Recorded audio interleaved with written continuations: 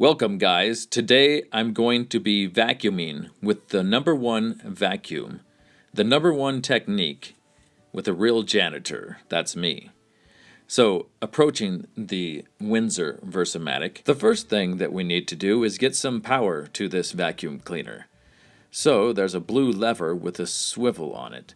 Swivel it up, and this will allow the power cord to slide right off. And then work your way to the power plug. Take your time and don't be in a hurry. Find a 3-pronged outlet and slide it in. Careful not to zap yourself. There is an orange lever on the bottom to adjust the vacuum to your liking. And then it's time to give this puppy some power. Let's power up. Now for the proper technique. I always go in a straight line. I go over the same spot twice, once forward and once backwards. Keep your lines perfectly straight.